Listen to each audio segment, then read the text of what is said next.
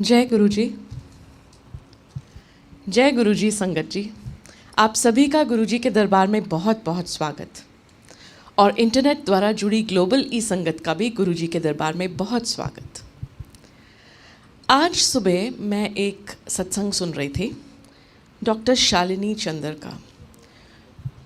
ये कहती हैं कि ये गुरु जी से एसोसिएटेड हैं अर्ली 80s से, जब गुरुजी ऐसे चोले नहीं पहना करते थे, जब वो सफारी सूट में हुआ करते थे और उन्होंने अभी अपना सर शेव नहीं किया था। वेरी अर्ली टाइम, जब बहुत ज़्यादा लोग जानते नहीं थे गुरुजी की पावर्स के बारे में। एंड शी सेज कि वो हमारे तब से हमें ब्लेस करते हैं और हमें ऐसा लगता था कि गुरुजी सिर्फ हमारे हैं, क्योंकि बहुत लोग शायद जानते नहीं उनके बारे में। धीरे धीरे ये मालूम चलने लगा कि उनको बहुत लोग फॉलो करने लग गए, but she did not know कि कितना ज़्यादा फॉलोइंग उनकी बढ़ गई थी। शी सेज कि मैं गुड़गांव शिफ्ट की, और जब मैं Gurgaon there were a lot of satsangs that she shared, but the one that I want to talk about is that she moved to Gurgaon. और जब वो गुड़गांव आई तो उन्होंने सोचा कि मैं गुरुजी के मंदिर में जाऊंगी तो मुझे फूल चाहिए। तो वो फूल लेने के लिए कहती कि क्योंकि मैं नई नई वहाँ शिफ्ट की थी, मुझे पता नहीं था कि फूल कहाँ से मिलेंगे, तो एक शेड सा था पास में मार्केट में। तो मैंने उस शेड में जाके जहाँ फूल बिक रहे थे, मैं उस लड़के के पास गई और मैंने बोला कि मुझे फूल चाहिए। तो उसने मुझे बोला बहुत अच्छा हो गया आप आज आ गए, अगर आप कल आते ना तो आपको यहाँ फूल ही नहीं मिलते। तो she said I was a little कि क्यों भाई, कल फूल क्यों नहीं मिलते? तो वो कहता कि क्योंकि कल 7 जुलाई है ना।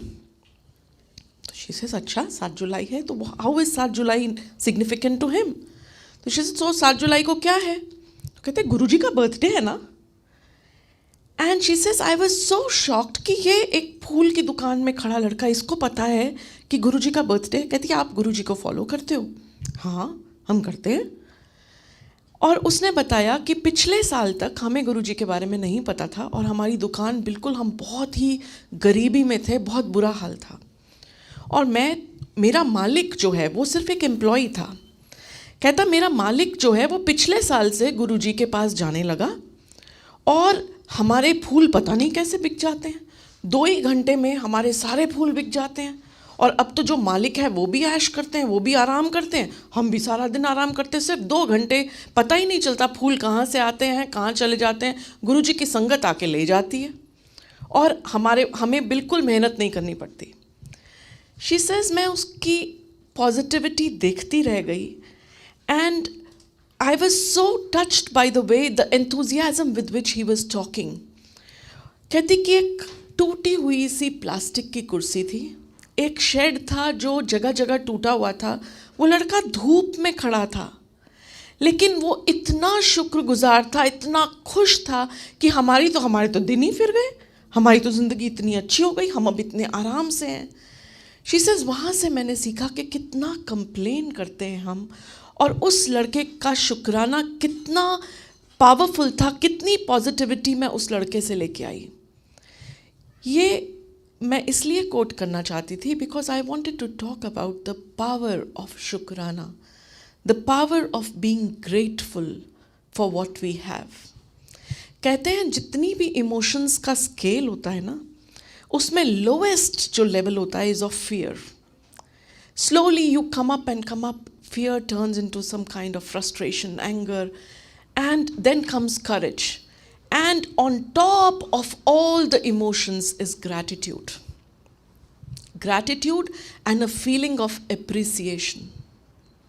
If we can reach the feeling of appreciation or gratitude, we have reached the highest levels of emotions.